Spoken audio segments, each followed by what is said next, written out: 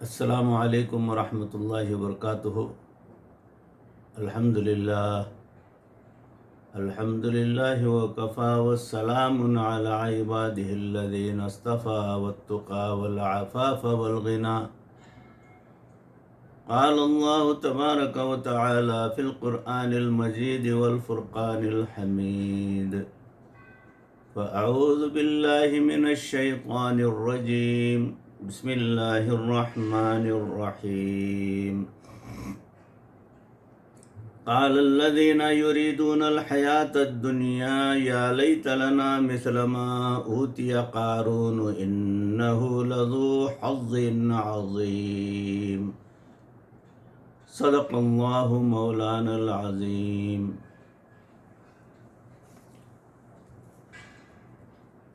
قال النبي صلى الله عليه وسلم الدنیا سجن المؤمن وجنت الکافر، او کما قال علیہ الصلاۃ والسلام۔ محترم حاضرین، سامعین، ناظرین، اللہ رب العزت سے سچا لگاؤ اور تعلق رکھنا ہے تو ہمیں دنیا میں رہتے ہوئے دنیا سے دور ہونا ہمارے لیے بہت ضروری ہے۔ دل ہمارا،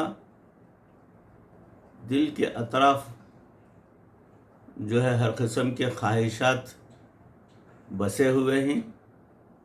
ان خواہشات کو اگر دل کے اندر بسا لیا جائے تو اللہ کی محبت اور معرفت اس دل میں اتر نہیں سکتی، اور اللہ کی محبت اور معرفت دل کے اندر نہیں اترے گی تو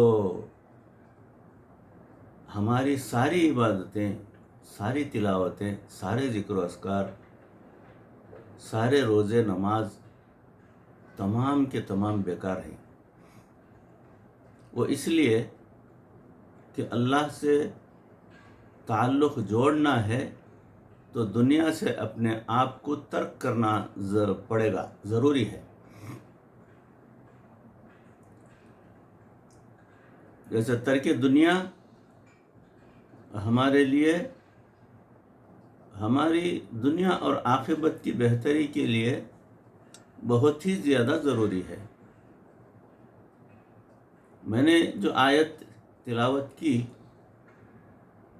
اس کا مفہوم یہ ہے کہ ہمارے پاس اتنا ہو جتنا قارون کو دیا گیا ہے تو بے شک اس کی بڑی قسمت ہے، مگر اتنا ہوتے ہوئے بھی بندہ اللہ کی ذات سے غافل نہ ہو، یہ اس کے لیے ایک نعمت ہے۔ ہر بندے کی یہی تمنا ہے، الا ماشاء اللہ، مگر لازم اور ضروری ہے کہ دنیا کے ہوتے ہوئے اللہ کی محبت اور معرفت کو اس سے کہیں زیادہ تصور کرنا، یہ ہمارے لیے ضروری ہے۔ اتنا کچھ سننے کے بعد دل میں یہ سوال پیدا ہوتا ہے کہ آخر دنیا ہے کیا؟ مولانا روم رحمۃ اللہ علیہ نے ایک جگہ پر بہت اچھے انداز میں یہ بات سمجھائی ہے۔ فرماتے ہیں، چیست دنیا از خدا غافل بدن، نئے خماش و نخرہ و فرزند و زن۔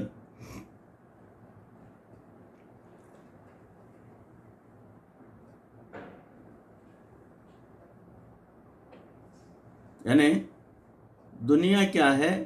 اللہ رب العزت سے غافل ہونے کا نام دنیا ہے۔ مال، پیسے، بیوی، بچے کا نام دنیا نہیں ہے۔ یعنی مال بھی ہونا ضروری ہے، سہولیات بھی ہونا ضروری ہے، بیوی اور بچوں کا ہونا بھی ضروری ہے، وہ بھی ایک عبادت میں داخل ہے، بشرطے کہ اللہ کی ذات سے غافل نہ ہو۔ گویا جو چیز بھی انسان کو اللہ تعالیٰ سے غافل کر دے وہی دنیا ہے۔ خواہ کوئی چیز بھی ہو، اگر وہ بیوی ہے تو وہ بھی ہو، وہ دنیا میں شامل ہوگی۔ اگر وہ بچے ہیں تو وہ بھی دنیا میں شامل ہوں گے۔ اگر وہ کاروبار ہے تو وہ بھی دنیا میں شامل ہوگا۔ مکان ہے تو وہ بھی دنیا میں شامل ہوگا، اور اگر کوئی اور کام ہے تو وہ بھی دنیا میں شامل ہوگا۔ ہو سکتا ہے کہ یہ آدمی مسلح پر بیٹھا ہوا بھی ہو، دنیا دار ہو، اور یہ بھی ہو سکتا ہے کہ کوئی آدمی دکان پر بیٹھا ہوا بھی دیندار ہو۔ یہ دل کی حالت پر منحصر ہے۔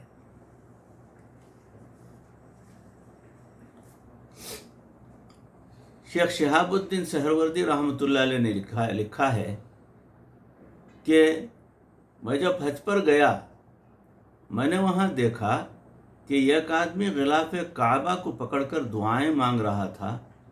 جب میں اس کے دل کی طرف متوجہ ہوا تو اس کا دل اللہ سے غافل تھا۔ وہ اس لیے کہ اس کے ساتھ کچھ اور لوگ بھی حج پر آئے ہوئے تھے۔ دعا مانگتے وقت اس کے دل میں یہ تمنا پیدا ہو رہی تھی کہ کاش میرے دوست مجھے دیکھتے کہ میں کیسے رو رو کر دعائیں مانگ رہا ہوں۔ وہ آدمی یہ عمل اللہ کے لیے نہیں کر رہا تھا بلکہ دکھاوے کے طور پر کر رہا تھا۔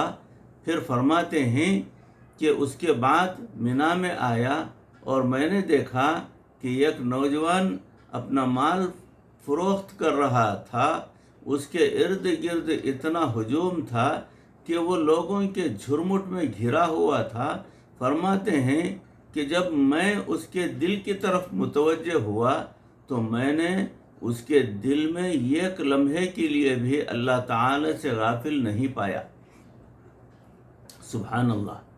یہی مقصود زندگی ہے بھائی، کہ ہم اپنے کاروبار میں ہوں یا جہاں کہیں بھی ہوں، ہمارا دل ہر وقت اللہ رب العزت کے یاد میں لگا ہوا ہو، یعنی دست بکار دل بیار، یعنی اپنے آپ کو کام میں لگا کر رکھو مگر دل جو ہے یار کی طرف یعنی اللہ کی طرف جو ہے بنائے رکھو۔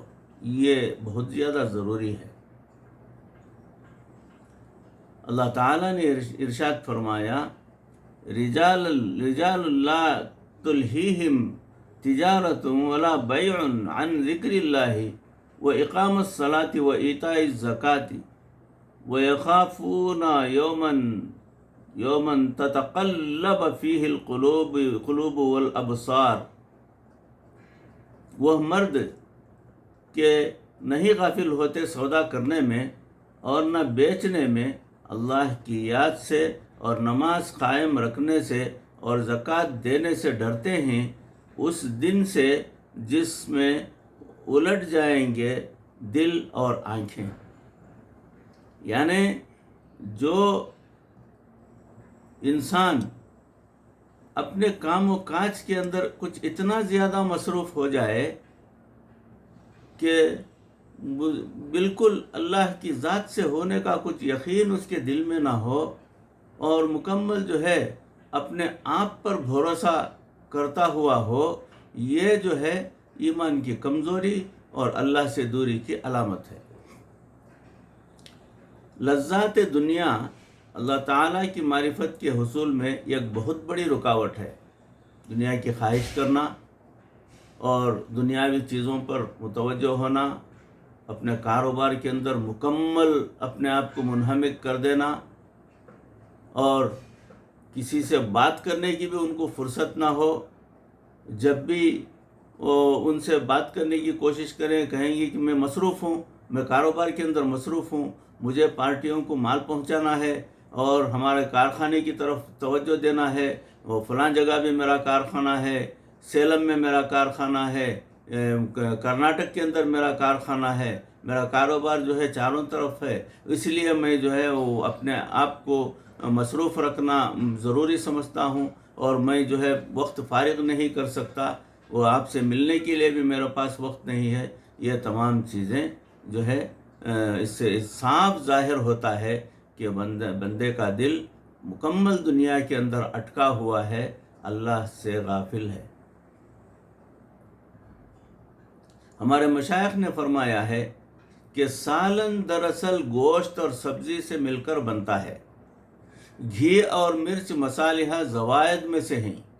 اگر کسی کے پاس یہ زائد چیزیں نہ بھی ہوں اور صرف سبزی ہی ابال لے تو سبزی سے ہی کام چل جائے گا، اور اگر صرف گوشت ہو اور وہ اسی گوشت کو ابال لے تو بھی کام چل جائے گا۔ لیکن اگر کسی کے پاس سبزی یا گوشت نہ ہو بلکہ فقط پانی، گھی اور نمک مرچ ہو، ان سے بھی بھوک نہیں مٹ سکے گی۔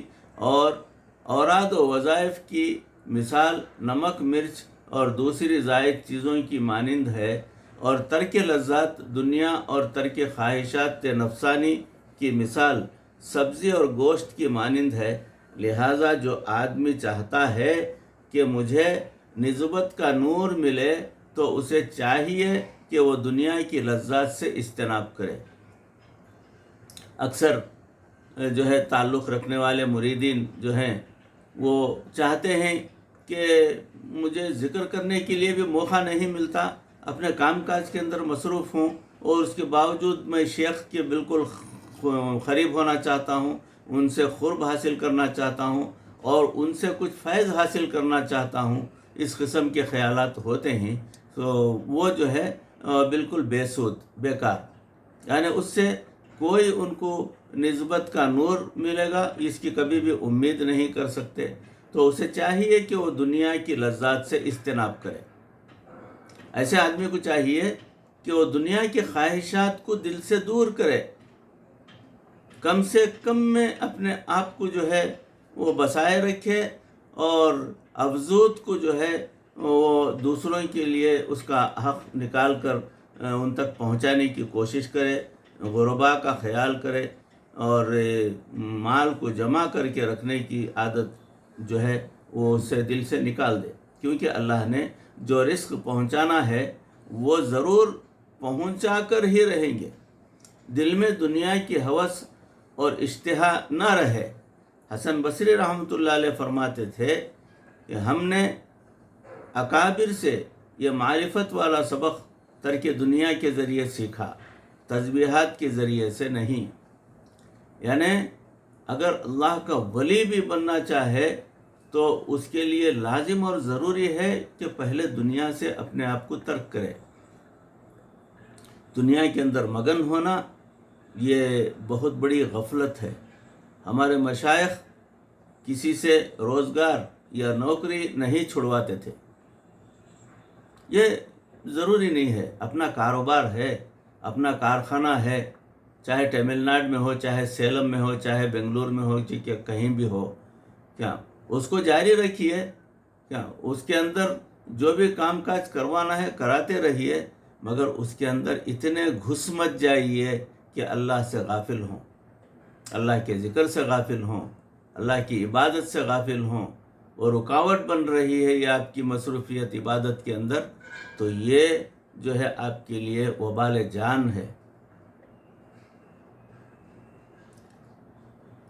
اس لیے آج ہم بھی آپ سے فارغ وقت میں مانگتے ہیں، تھوڑا سا وقت فارغ کر لیجئے، تاکہ یقین کیجئے کہ آج کا مسلمان اگر فارغ وقت بھی دین پر لگانا شروع کر دے تو اللہ رب العزت اس کی بھی بگڑی بنا دیں گے، کیونکہ روحانی مدارج طے کرنے کے لیے اللہ تعالیٰ نے بہت آسانیاں پیدا کر دی ہیں۔ ذرا یہ بتائیں کہ پروردگار عالم نے ظاہری سفر میں آسانیاں کی ہیں یا نہیں؟ پہلے اونٹوں اور گھوڑوں پر سفر ہوتا تھا، جبکہ آج کل کے زمانے میں لوگ بسوں، ٹرینوں اور ہوائی جہازوں میں سفر کرتے ہیں۔ پہلے 1000 میل کا سفر کرنا ہوتا تھا تو انسان کو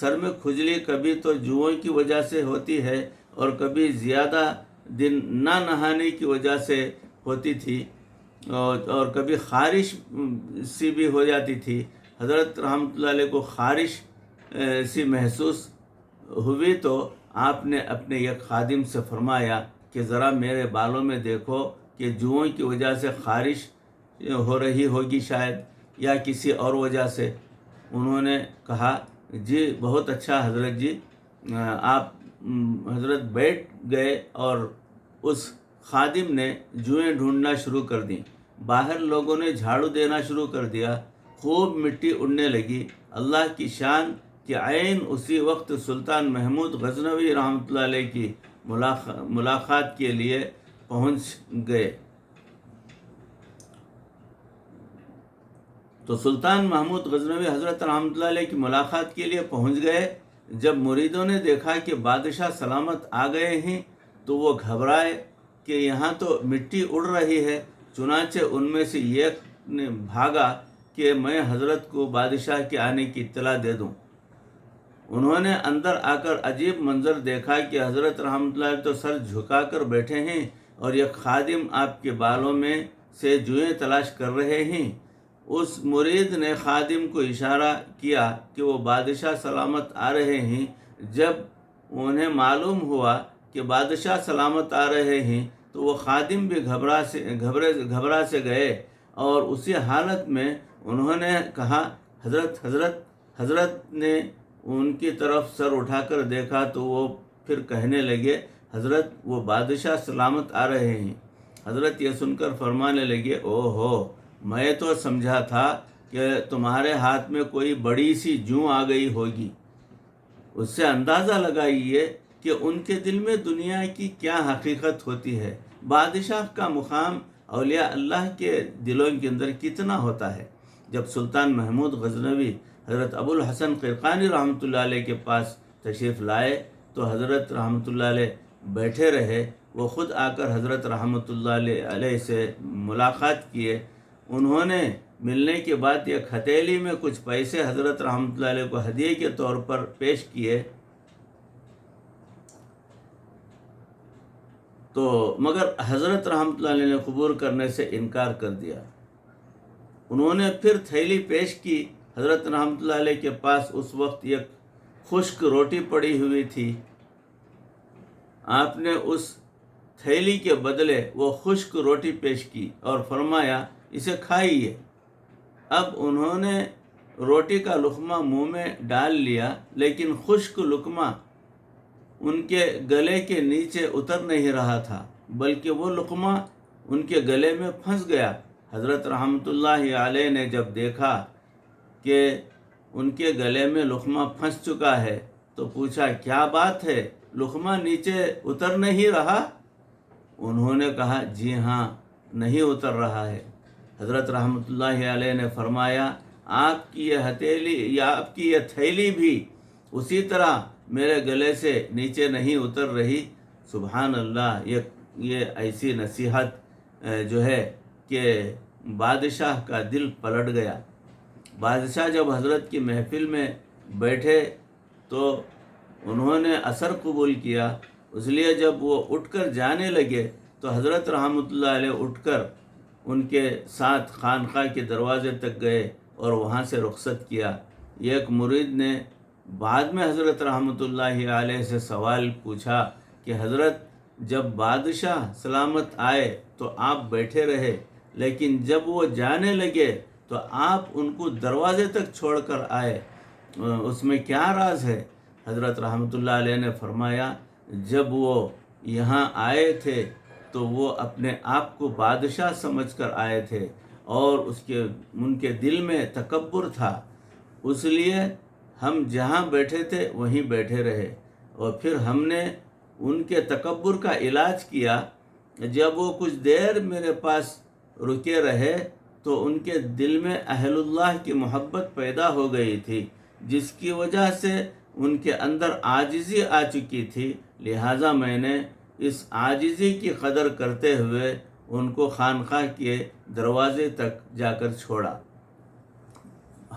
سامعین، حاضرین اور دینی بھائیوں اور بہنوں، یہ واقعات سے ہم کو سبق لینا چاہیے، ان باتوں کو ہمارے اپنے اندر اتار لینا چاہیے۔